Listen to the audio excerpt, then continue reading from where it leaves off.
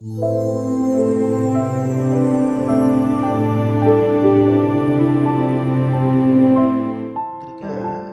అన్యజనులకు మ్యాక్సిమం అన్యజనులు ఎక్కువ, యూదులు తక్కువ రోమా సంఘంలో.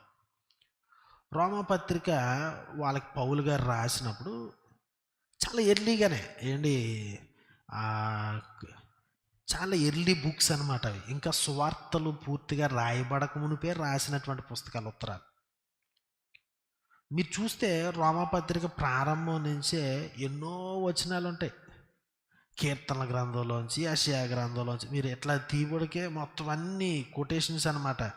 మనకి మర్చిపోద్ది ఎలా తీయబడికి. నీతి ఇందును గూర్చి రాయబడింది ఏమనగా, నీతిమంతుడు లేడు, ఒక్కడును లేడు, గ్రహించువాడు లేడు. ఇట్లా అంటే ఏలగనగా తన అతిక్రమలకు పరిహారం నొందినవాడు, తన పాపములకు ప్రాయశ్చిత్తము నొందినవాడు ధన్యుడు, ఆయన రాయబడలేదా?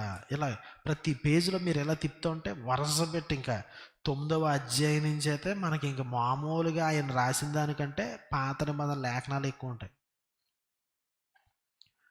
మరి వీళ్ళు అన్యజనులు కదా, వాళ్ళకి ఎలా తెలుస్తాయి అవన్నీ? ఇదేదో ఈ రిఫరెన్స్ చూసి పాత నిబంధనలో పలానా దగ్గర ఉందని చూపించి దాన్ని ఎలా వివరించడం కాదు. ఆ వచ్చిన చుట్టూ ఉన్న ప్యాసేజ్ అంతా దాని యొక్క వేదాంతం అంతా అర్థమైతే తప్ప దాన్ని అంతా క్రోడీకరించి పౌలు దాన్ని రాసుకుంటూ వెళ్తాడు.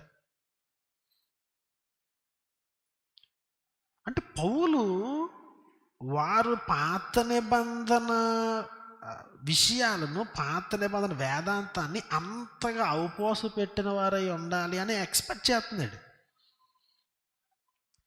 ఈ పుస్తకం మన కొరకు ఇంకా ప్రిజర్వ్ చేయబడింది అంటే దాని అర్థం రోమాలో ఉన్నటువంటి విశ్వాసులు దాన్ని అర్థం చేసుకుని దాచుకున్నారు, ఇంకొకరికి పంచారు. అది అట్లా అట్లా కాపీలు రాసుకుని ఇప్పటి వరకు మనకి బైబిల్ గ్రంథంలో ఉంచేటట్లుగా వచ్చింది.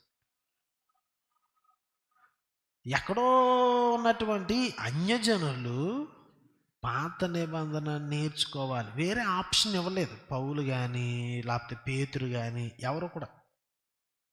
అంటే క్రైస్తవుడైన ప్రతి ఒక్కరూ పాత నిబంధన లేఖనాల్ని చాలా బాగా నేర్చుకున్నారు. యేసుక్రీస్తు వారు జీవితము మత్తయి సువార్త 1వ అధ్యాయం నుంచి ప్రారంభం కాదు, ఆదికాండం నుంచి ప్రారంభమైంది అనేది వారి యొక్క ఒప్పుదల.